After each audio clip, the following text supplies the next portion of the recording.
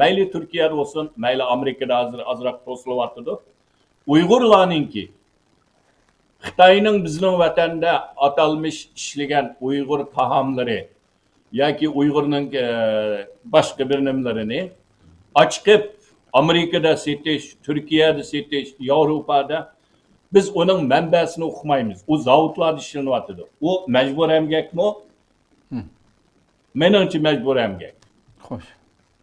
Ha, u Xitoyning xurishini ishlatmasang, legan to'qoying o'xshamamda. Menimcha o'xshig'idek bir nimani Turkiyada ham topqin bo'ladi, Amerikada ham topqin bo'ladi. Nima uchun Xitoynikini olasan? Nima uchun sen bir Uyg'ur Xitoynikini sotsan? O hazır vatanning ichida qancha Uyg'ur karxanchi shularni ishlatib chiqara oladi? Egisi kim u? Biz bilamdik, bilmaymiz. Men faraz qila olaman 99 Xitoyning shirkatlari. Xitoyning ishlayotidi.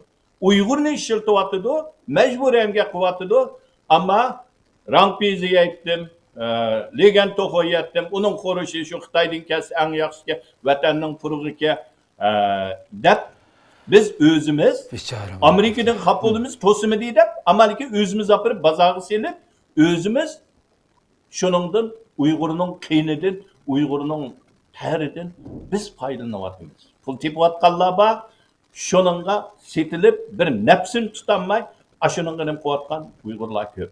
Shuning uchun bu yerda mening deydiganim Amerikaga talab qo'ymiz, Yaponiyaga talab qo'ymiz, o'zimizdan boshlaymiz. Nafsinga bir egichi qoladi. O'zimizdan nafsimizni tutishni o'rganishimiz lozim.